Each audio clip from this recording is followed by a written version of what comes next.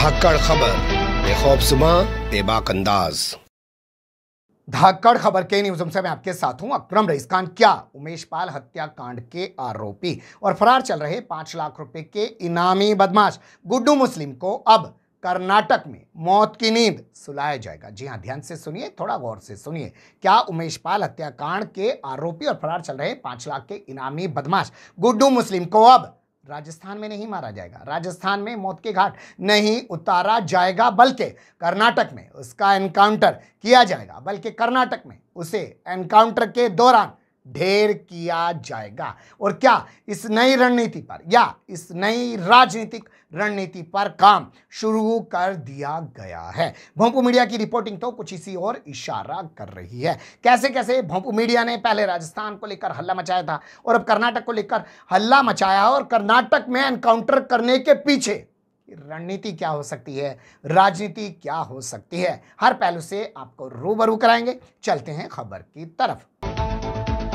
खबर की शुरुआत करते हैं उमेश पाल हत्याकांड से। जैसा कि आपको पता है कि उमेश पाल हत्याकांड 24 फरवरी 2023 को हुआ, जब सरेआम उमेश पाल को गोलियों से भूनकर, बम से मारकर मौत के घाट उतार दिया गया। उसके साथ 2 पुलिस वालों को जो जान बचा के भाग रहे थे, ना उसको बचाने की कोशिश कर रहे थे, ना बदमाशों को मारने की, पकड़ने की कोशिश कर रहे थे, अपने आप को बचाने की कोशिश कर रहे थे, उन्हें भी मौत के घाट उतार दिया गया। कुछ लोग कह रहे हैं कि असल में हत्याकांड को बड़ा दिखाना था, अगर पुलिस वाले ना मरते तो उमेश पाल हत्याकांड बड़ा नहीं होता और आज अतीक अहमद और उसके भाई अशरफ अहमद का यह हाल नहीं करवाया जा सकता था, इसलिए तमाम ये चीजें हुई हैं। खैर छोड़िए, इस पे कभी और बात करने की कोशिश करेंगे। पर कुल मिला के बताने का मकसद यह है कि इस हत्याकांड के बाद पुलिस ने सबसे पहले अरबाज नाम के एक लड़के को उठाया, एनकाउंटर में ढेर कर दिया, यहीं प्रयागराज के अंदर, यानी कि इलाहाबाद के अंदर। इसके बाद एक को मुसलमान बताया, उस्मान उसका नाम बताया, जबकि उसका नाम असली सुनील था, उसको भी इसी प्रयागराज में कुछ ही दिन बाद ढेर कर दिया। बाद में असद को झांसी में मार दिया, ये दूसरा जिला उत्तर प्रदेश का,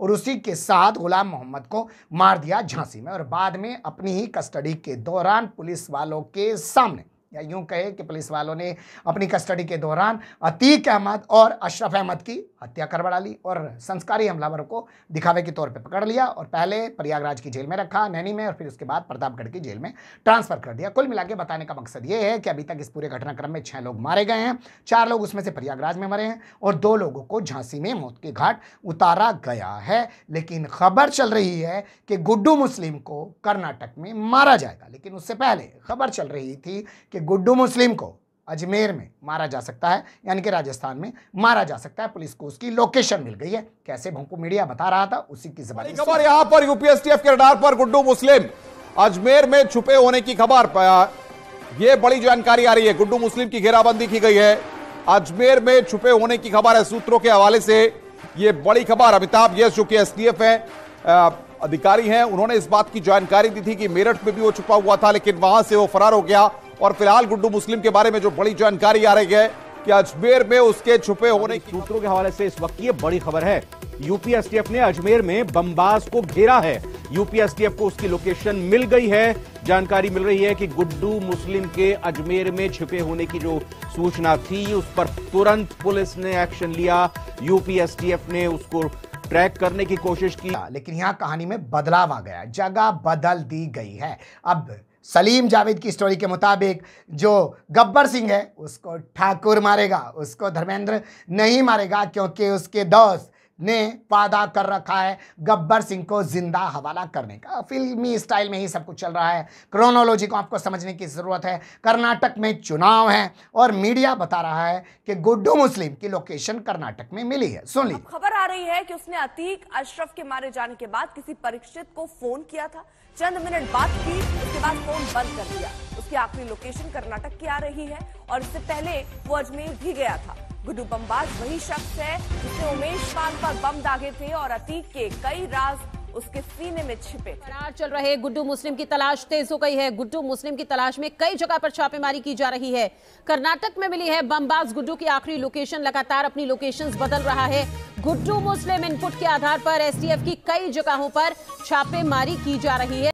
सुन लिया, क्या ये संयोग है कि कर्नाटक में चुनाव है और कर्नाटक में पूर्व सीएम बीजेपी छोड़कर भाग चुका है। नाम है जगदीश शेट्टर। कर्नाटक में पूर्व deputy CM Laxman Savadi BJP छोड़कर भाग चुका है और कांग्रेस के टिकट पर चुनाव ये दोनों लड़ रहे हैं। इसके अलावा कई और भाजपाई मैदान छोड़कर भाग चुके हैं। इसके अलावा भ्रष्टाचार वहां पर बड़ा मुद्दा है और ओपिनियन पोल में भोंपू मीडिया और उसके दलाल चाटुकार दंगाई पत्रकार बता रहे हैं कि कर्नाटक में बीजेपी की वापसी नहीं हो रही है, क्योंकि बीजेपी को 2018 में भी यहां सत्ता नहीं मिली थी। उसने डाका डाल के लूट के 22 विधायकों को जो है अपनी तरफ हड़प के उनके रिजाइन करा के यहां सत्ता हथियाई थी। तो लोग इसका सबक सिखाने वाले हैं 2023 में। तो इसके लिए रणनीति तैयार ये की गई है। लोगों का ये कहना है, सोशल मीडिया पे बातें चल रही हैं कि गुड्डू मुस्लिम असल में पुलिस की गिरफ्त में आ चुका है। पहले पुलिस उसको राजस्थान में मारना चाहती थी क्योंकि वहां पे कांग्रेस की सरकार है, उसके जरिए कांग्रेस को बदनाम किया जा सकता था। कहा जा सकता था कि देखो बड़े बड़े अपराधियों को कांग्रेस संरक्षण देती है, पालती पोसती है। लेकिन फिर बाद में प्लान चेंज कर दिया गया और कहा गया कि कर्नाटक ले जाकर मारेंगे तो उससे हम ये कह पाएंगे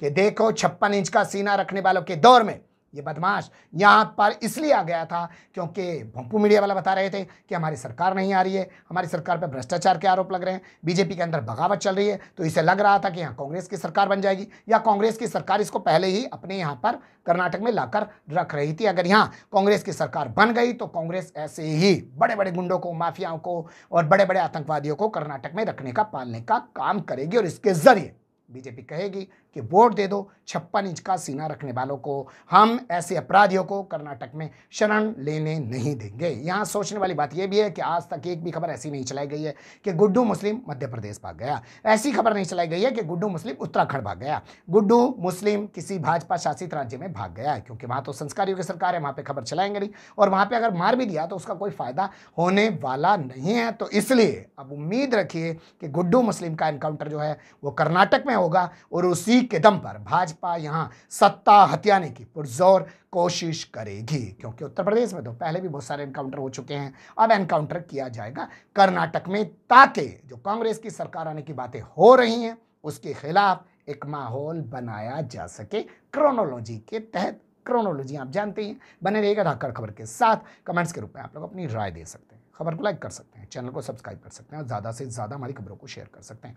फिर ऐसे ही किसी सुलगते हुए या उलझते मुद्दे लेकर मैं आपके सामने हूँगा हाजिर। फिलहाल अभी मुझे दें इजाजत। बड़ी खबर यहां पर यूपीएसटीएफ के रडार पर गुड्डू मुस्लिम अजमेर में छुपे होने की खबर, यह बड़ी जानकारी आ रही है। गुड्डू मुस्लिम की घेराबंदी की गई है, अजमेर में छुपे होने की खबर है। सूत्रों के हवाले से यह बड़ी खबर। अमिताभ यश जो कि एसटीएफ है अधिकारी हैं, उन्होंने इस बात की जानकारी दी थी कि मेरठ में भी वो छुपा हुआ था, लेकिन वहां से वो फरार हो गया। और फिलहाल गुड्डू मुस्लिम के बारे में जो बड़ी जानकारी आ रही है कि अजमेर में उसके छुपे होने की खबर